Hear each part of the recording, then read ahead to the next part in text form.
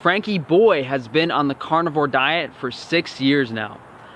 I'm going to tell you guys why I got started on the diet, what benefits I've seen, where I've kind of gone wrong, as well as the pros and cons of the carnivore diet. And the main thing that separates me from other people, let alone carnivores, is my ability to be objective, open-minded, and my discipline.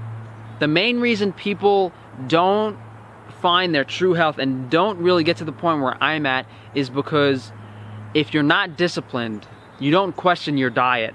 If you're like a bodybuilder and you're on the clean diet and you have a cheat meal or a cheat day every week, you're like, okay, well, I just got off my diet, let me go back to the diet. So you're viewing your diet is good and the cheat is bad. If you stay disciplined and you stay on the diet, then you start to question, is this diet actually good? If you keep going between good and bad, you never start to question if the good is truly good. And because of my discipline, because I've stuck to many different diets from when I was 13 to now at 27, I've explored a lot about health and nutrition, and I've constantly questioned myself. Because of that, because of my discipline, I've been able to explore health, whereas other people kind of just get stuck in a single mindset or various other diets. Now, I was into weightlifting when I was younger, till I was about 13, till about 22. Through that period of time, I explored dirty bulking bodybuilding, classic chicken and rice bodybuilding, paleo, and I was even vegan for a period of like 2 weeks. I should hope make a whole video on that actually, but I've explored a lot of diets, and in hindsight, the main reason I started having energy issues, and I was in the gym for 2 hours a day, I was eating literally 3 to 4 pounds of sweet potatoes a day, and I didn't have energy. And in hindsight, that was because I took Accutane, and Accutane ruined my digestive system.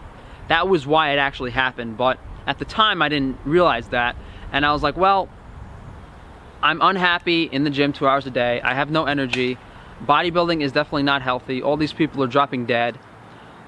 What is true health? And I literally started Googling how to be healthy, and Paul Chek's book, How to Eat, Move, and Be Healthy, came up.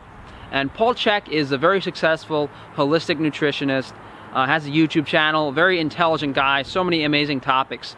I remember watching his coffee video a few weeks ago. I was like, this is so above what I will ever do. But his book, How to Eat, Move, and Be Healthy, turned me on to Weston Price. And Weston Price's book, Nutrition and Physical Degeneration, gave me the idea that all of these indigenous groups, humans are meant to have certain animal foods in the diet because there's certain nutrition. And once I explored that, I was like, oh, this makes a lot of sense. This is like, you're fertilizing the soil and giving the plants certain nutrients to grow. Humans need the same thing in animal form. Now, I didn't have energy on carbohydrate diet, so I was like, well, maybe I should go keto and combine paleo keto. And then I read Nora Gedgaudas' book, Primal Body, Primal Mind, and I put all the pieces together. I was like, all right, paleo keto with high animal fat is the way to go. And I went out and this was back when paleo was really popular. I filled up a 25 cubic foot freezer with a cow, 2 pigs, and a bunch of pastured chickens. And I pretty much ate only meat for about 8 months, and I never had energy because I didn't increase my fat content enough. Once I increased my fat content, I bought some trim fat, I tried raw butter. I was taking a Benadryl to tolerate the butter at the time because I'm allergic, but when I increased my fat content, my energy actually normalized. From the get-go though, I was consuming liver and salmon roe because those were foods in Weston Price's book that these groups prized. And once I understood nutrient profiles of foods and understood what foods have what nutrients, I was able to kind of pinpoint, okay, I need this, I need that, and my whole diets and all my beliefs are on the premise that high vitamin animal foods are important and a ketogenic metabolism is optimal for energy.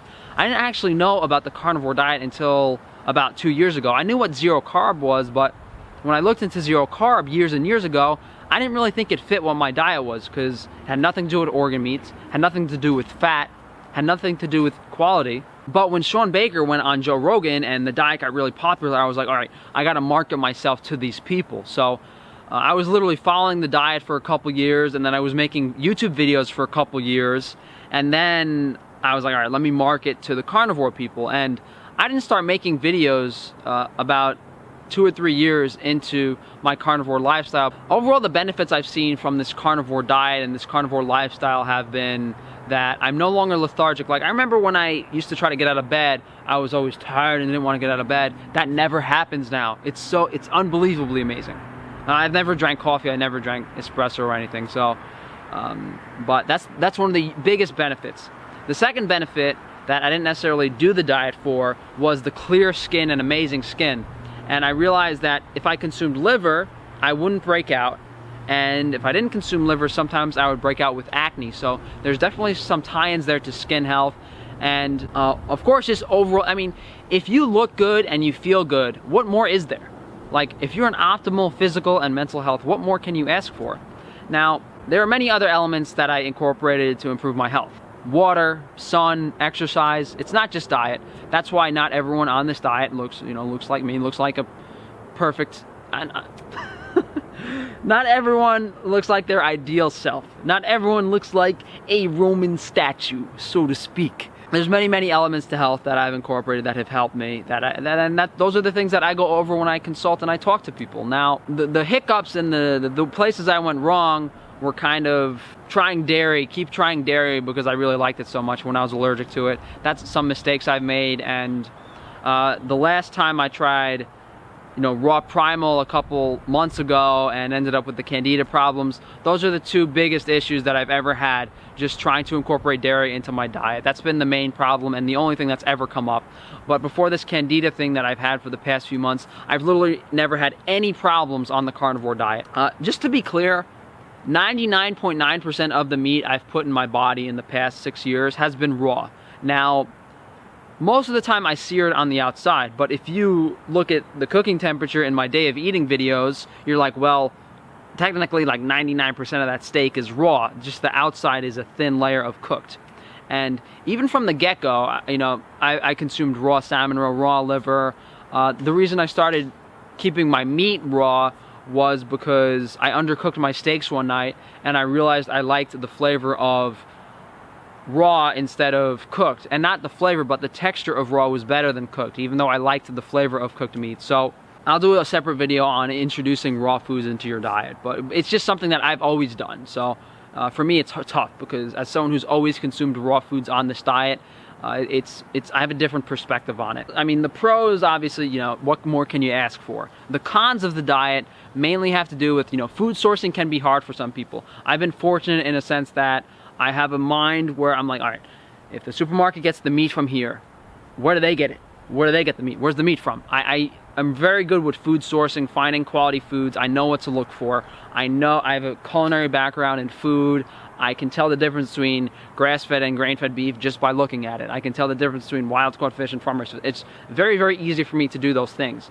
Whereas other people, it can be a little difficult to know what quality of food you're buying. The main con that I think most people have is, oh, I can't eat other foods now. And you don't necessarily build an intolerance to foods. Your digestion is so smooth on this diet. I'll talk about that. You just feel so good and so optimal on the carnivore diet that you're at 100% on the carnivore diet. If you ever do something else and deviate from the carnivore diet, you just don't feel as good. It's not that you have all these food intolerances, it's that the carnivore diet is so much better than all these other foods. If your digestion is perfect and you literally don't fart at all, if you have one bite of an onion, you'll notice it. If you deviate from the carnivore diet at all, the reason you notice it, it's like driving your dream car. It's so perfect, if you drive any other car, it just doesn't amount to it. The digestion and stuff is something that I've noticed is amazing. I made a joke to a guy once that I shit like a deer, and it's because I have frequent bowel movements once a day, once every 2 days, very small, very easy. Pretty much, if I follow the diet perfectly, no wipe bowel movements every day. That's pretty much perfect digestion. I can't really ask for more than that. I mean, that has a lot to do with cooking temperature of the food, how it digests. There's a lot more to it than that. But that main con that people have is the, not being able to eat a lot of other foods. If I go out to a restaurant and I have a beef carpaccio or a steak tartare, I don't really have any problems. But if you start indulging, if you start consuming food you're not supposed to, especially grains, wheat, all of those things, that's where you will have problems. I mean, there's a whole other bunch of topics I should probably go into, like, oh, people are worried about having a heart attack or cancer from meat. Those are some topics I'm going to answer separately in videos, like, oh, does meat cause cancer, this, that. But if you guys want to understand the nutrient density of foods, I will post some videos in the comments, and of course you guys can just browse through my other videos on the channel and just kind of learn a lot of what I've learned over the course of my 6 years of experimenting on this diet. So thank you guys for watching. If you guys would like to reach out to me for one-on-one consultations or anything, shoot me an email, frank8tefano@gmail.com. Guys, please follow me on social media, Twitter and Instagram. And if you guys want to check out my Patreon, you guys want to check out my Amazon shop, things below in the description. Have at it.